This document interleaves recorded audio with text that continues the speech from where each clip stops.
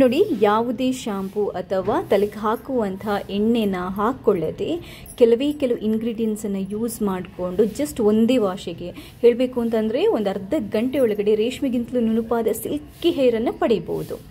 ಇದಿವಾಗ ನಾನು ಇದೇ ಇಂಗ್ರೀಡಿಯೆಂಟ್ಸನ್ನು ಹಾಕಿಬಿಟ್ಟು ವಾಶ್ ಮಾಡಿ ಅದಾದ ನಂತರ ಇರುವಂತಹ ಫ್ರೆಶ್ ತಲೆ ಕೂದಲು ಇಂಟ್ರೊಡಕ್ಷನಲ್ಲಿ ವಿಡಿಯೋ ನೋಡಿ, ಅದರಲ್ಲಿ ನಿಮ್ಗೆ ಗೊತ್ತಾಗುತ್ತೆ ವಾಶ್ ಮಾಡೋದಕ್ಕಿಂತ ಬಿಫೋರು ನಿಮಗೆ ಡಿಫ್ರೆನ್ಸ್ ಖಂಡಿತವಾಗ್ಲೂ ಗೊತ್ತಾಗುತ್ತೆ.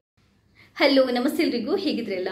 ನಮ್ಮ ಇವತ್ತಿನ ವಿಡಿಯೋದಲ್ಲಿ ಕೂದಲು ತುಂಬಾ ಶೈನ್ ಆಗಿ ಫ್ರೆಶ್ ಆಗಿ ತುಂಬಾ ಸಾಫ್ಟ್ ಆಗೋ ಥರ ಮನೆಯಲ್ಲಿ ಹೇಗೆ ಮಾಡ್ಬೋದು ಅನ್ನೋದನ್ನು ಹೇಳ್ಕೊಡ್ತಾ ಇದ್ದೀನಿ. ತುಂಬಾ ಯೂಸ್ ಆಗುವಂಥ ವಿಡಿಯೋ ಇದು. ನಾವು ಯಾವುದೇ ಶಾಂಪು ಅಥವಾ ಹೊರಗಡೆಯಿಂದ ಯಾವುದೇ ಇಂಗ್ರೀಡಿಯೆಂಟ್ಸ್ ತರದೆ ಮನೆಯಲ್ಲಿ ಇರುವಂಥ ಇಂಗ್ರೀಡಿಯೆಂಟ್ಸ್ನ ಯೂಸ್ ಮಾಡಿಕೊಂಡು ಕೂದಲನ್ನು ತುಂಬಾ ಸಾಫ್ಟ್ ಮತ್ತು ಶೈನ್ ಆಗೋ ಥರ ಮಾಡ್ಬೋದು. ಹೇಗೆ ಏನು ಅನ್ನೋದನ್ನು ಈ ವಿಡಿಯೋ ನೋಡಿದರೆ ನಿಮಗೆ ಗೊತ್ತಾಗುತ್ತೆ. ವಿಡಿಯೋ ಮಿಸ್ ಮಾಡದೆ ಪೂರ್ತಿಯಾಗಿ ನೋಡಿ. ಹಾಗೆಯೇ ಇಲ್ಲಿ ತನಕ ನೀವು ಯಾರಾದರೂ ನನ್ನ ಚಾನಲ್ಗೆ ಸಬ್ಸ್ಕ್ರೈಬ್ ಆಗಿಲ್ಲದಿದ್ದರೆ ಸಬ್ಸ್ಕ್ರೈಬ್ ಆಗೋದನ್ನು ಕೂಡ ಮರಿಬೇಡಿ. ಯಾಕಂತಂದರೆ ನಾನು ಫ್ಯೂಚರಲ್ಲಿ ಹಾಕುವಂಥ ಕೂಡ ಎಲ್ಲ ವೀಡಿಯೋಗಳನ್ನು ನೀವು ಮಿಸ್ ಮಾಡದೆ ನೋಡ್ಕೋಬೋದು. ಥ್ಯಾಂಕ್ಸ್ ಎಲ್ರಿಗೂ. ಯೂಶ್ವಲ್ ಆಗಿ ಎಲ್ಲ ಹೆಣ್ಮಕ್ಳದ್ದು ಕನಸು ಅಂತಲೇ ಹೇಳ್ಬೋದು. ಅಂದರೆ ತಲೆ ಕೂದಲು ತುಂಬ ಸಾಫ್ಟಾಗಿ ಸಿಲ್ಕಿ ಥರ ಇರಬೇಕು ಅಂತ ನಾವು ಮಾಡೆಲ್ಗಳನ್ನು ಅಥವಾ ಸಿನಿಮಾ ಆ್ಯಕ್ಟರ್ಸ್ಗಳನ್ನೆಲ್ಲ ನೋಡಿ ತುಂಬಾ ಇಂಪ್ರೆಸ್ ಆಗ್ತೀವಿ. ಅವ್ರ ಕೂದಲುಗಳನ್ನೆಲ್ಲ ನೋಡಿ ತುಂಬಾ ಇಂಪ್ರೆಸ್ ಆಗ್ತೀವಿ. ಇವತ್ತು ನಾವು ಯಾವುದೇ ಸ್ಪೆಷಲ್ ಶಾಂಪು ಹಾಕದೆ ಮನೆಯಲ್ಲಿ ಇರುವಂತಹ ಇಂಗ್ರೀಡಿಯೆಂಟ್ಸ್ಗಳನ್ನು ಯೂಸ್ ಮಾಡಿಕೊಂಡು ನಮ್ಮ ತಲೆ ಕೂದಲನ್ನು ಸೂಪರ್ ಸಾಫ್ಟಾಗಿ ಹೇಗೆ ಮಾಡ್ಬೋದು ಅನ್ನೋದನ್ನು ಇವತ್ತಿನ ವಿಡಿಯೋದಲ್ಲಿ ನಾನು ಎಕ್ಸ್ಪ್ಲೇನ್ ಮಾಡ್ತಾ ಇದ್ದೀನಿ. ಒಂದು ಚೂರು ವಿಡಿಯೋನ ಸ್ಕಿಪ್ ಮಾಡದೆ ಪೂರ್ತಿಯಾಗಿ ನೋಡಿ.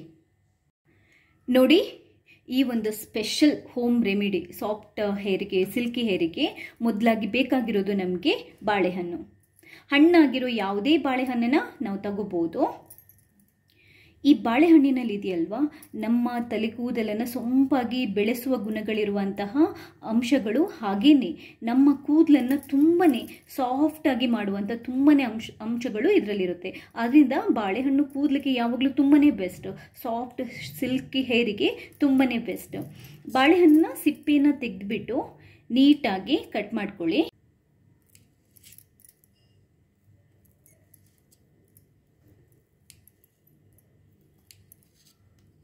ಈ ಥರ ಚಿಕ್ಕದಾಗಿ ಕಟ್ ಮಾಡ್ಕೊಳ್ಳೋಣ. ಇನ್ನೊಂದು ನಿಮಗೆ ತುಂಬ ಜನರಿಗೆ ಗೊತ್ತಿರುತ್ತೆ, ಮೊಟ್ಟೆ ಇದೆಯಲ್ವ, ಎರಡನೇ ಇಂಗ್ರೀಡಿಯೆಂಟ್ಸ್ ಮೊಟ್ಟೆ.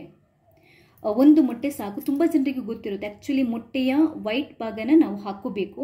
ಈ ಮೊಟ್ಟೆಯ ವೈಟ್ ಭಾಗ ಇದೆಯಲ್ಲ, ಅದು ಕೂಡ ನಮ್ಮ ಹೇರನ್ನು ಸಾಫ್ಟ್ ಸಿಲ್ಕಿಯಾಗಿ ಮಾಡಲಿಕ್ಕೆ ತುಂಬಾ ಒಳ್ಳೆಯದು. ಆಲ್ಮೋಸ್ಟ್ ನಾವು ಯೂಸ್ ಮಾಡುವಂಥ ಪ್ರತಿ ಶಾಂಪುವಲ್ಲಿ ಕೂಡ ಈ ಮೊಟ್ಟೆಯ ವೈಟ್ ಭಾಗ ಇರುತ್ತಲ್ವ, ಅದರದ್ದು ಕಂಟೆಂಟ್ಗಳು ಇರುತ್ತೆ. ಒಂದು ಬೌಲ್ ತಗೊಂಡು ಏನು ಮಾಡಬೇಕು ಅಂತಂದರೆ ಮೇಲ್ಗಡೆ ಅಷ್ಟೇ, ಮೊಟ್ಟೆಯ ತುದಿ ಭಾಗ ಅಷ್ಟೇ ಸ್ವಲ್ಪ ತೂತು ಮಾಡ್ಕೋಬೇಕು, ಜಾಸ್ತಿ ಬೇಡ. ತೂತು ಮಾಡಿಕೊಂಡು ಇದರ ವೈಟ್ ಭಾಗ ಇರುತ್ತಲ್ವ ಅದನ್ನಷ್ಟೇ ನಾವು ತೆಗಿಬೇಕು.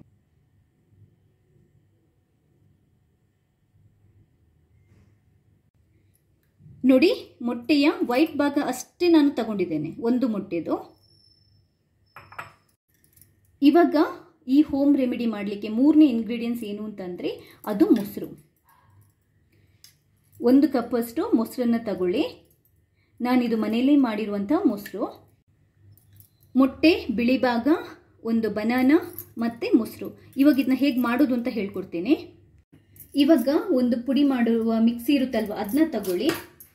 ಅದಕ್ಕೆ 1 ಕಪ್ಪಷ್ಟು ಮೊಸರನ್ನು ಹಾಕೊತಾ ಇದ್ದೀನಿ.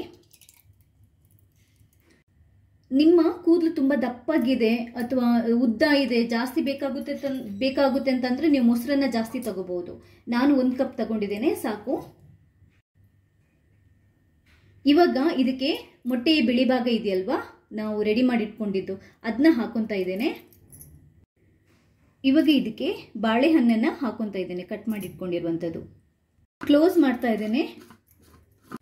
ಇವಾಗ ನಾವಿದನ್ನ ಸ್ವಲ್ಪ ಗ್ರೈಂಡ್ ಮಾಡ್ಕೋಬೇಕು, ಪೇಸ್ಟ್ ಥರ ಮಾಡ್ಕೋಬೇಕು.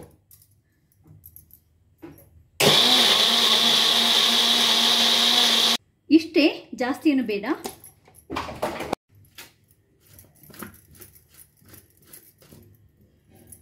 ನೋಡಿ, ರೆಡಿ ಆಗಿದೆ. ಈ ಹೋಮ್ ರೆಮಿಡಿನ ನಾನೊಂದು ಮಿಕ್ಸಿಂಗ್ ಬೌಲ್ಗೆ ಹಾಕೊತಾ ಇದ್ದೀನಿ.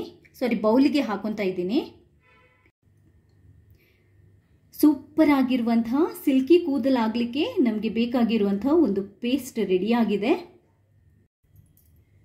ನೋಡಿ, ಅದ್ಭುತವಾಗಿರುವಂತಹ ಒಂದು ಮನೆಮದ್ದಿದು.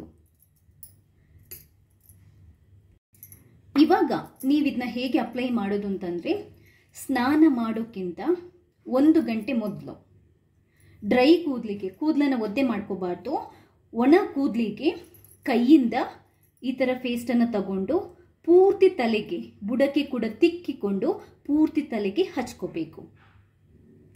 ನೋಡಿ, ಈ ಥರ ಪೂರ್ತಿ ಕೂದಲಿಗೆ ಹಚ್ಕೊಳ್ಳಿ ತಲೆಗೆ.